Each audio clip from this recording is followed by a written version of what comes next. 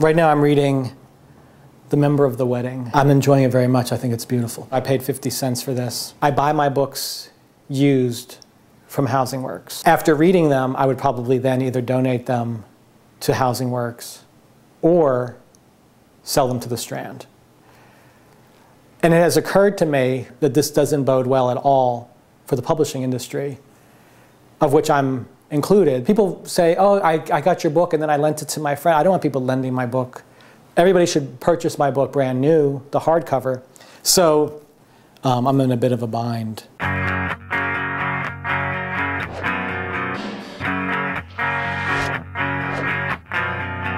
So I've written a memoir called When Skateboards Will Be Free, about my childhood growing up in a very small left-wing organization called the Socialist Workers' Party. When I was 8 years old, I asked my mom to buy me a skateboard. And so we went to Sears department store and we looked at the big bin of skateboards with the sign above it reading $10.99. And my mom said, well, we can't afford that. But when the revolution comes, everyone will have a skateboard because all skateboards will be free. And I'm still waiting for them to be free.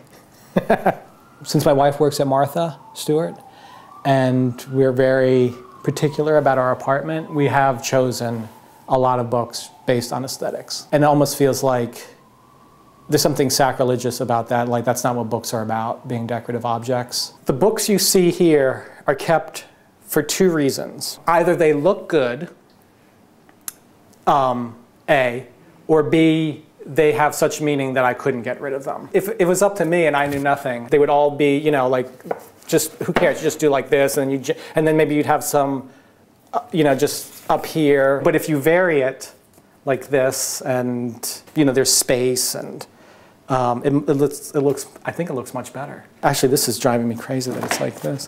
Everything, I feel, needs to be in its, to be in its place, or else there's somehow chaos in the world.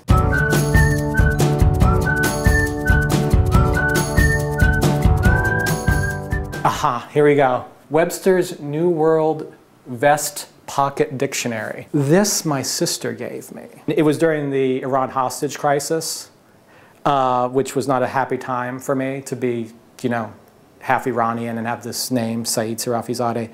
And I remember that I would keep this with me in school. I kept it in my notebook. And there was something very comforting about having this. It was a reminder of her. In any case, and that's one that I will never, ever get rid of. I actually wanted to get rid of a lot of my communist books. And my wife refused. Here's the essential works of Marxism, quotations from Mao.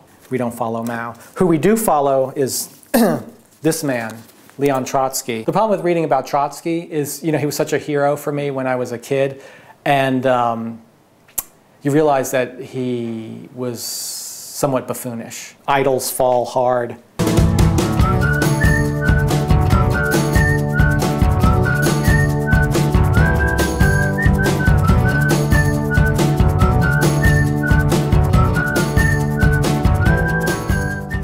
I will have you know, with Laurie Sandel's book, I bought this book brand new from Barnes & Noble.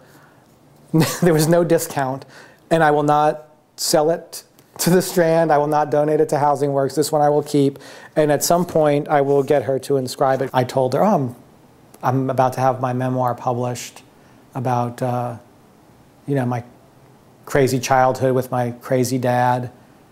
And she said, that's kind of strange because I'm about to have my memoir published about my crazy childhood and my crazy dad. So we've become fast friends ever since. And I think her book is wonderful and I highly recommend it, The Imposter's Daughter. This is a very intense book for me. It's called The Crowned Cannibals, and it's written by Reza Barahani. He was a prisoner in the Shah's prisons in 1973. He was tortured for about, what does it say? He was in prison for 102 days. So he wrote a memoir about that. He was friends with my mother and father, and one day he gave me a signed copy of his book. He wrote, "To Saïd and the Future of Our Revolution." And it's 1977. So that's a tall order for an 8-year-old.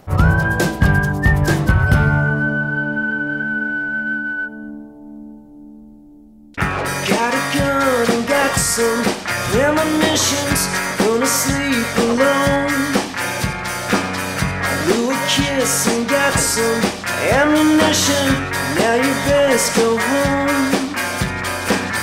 Take your smile.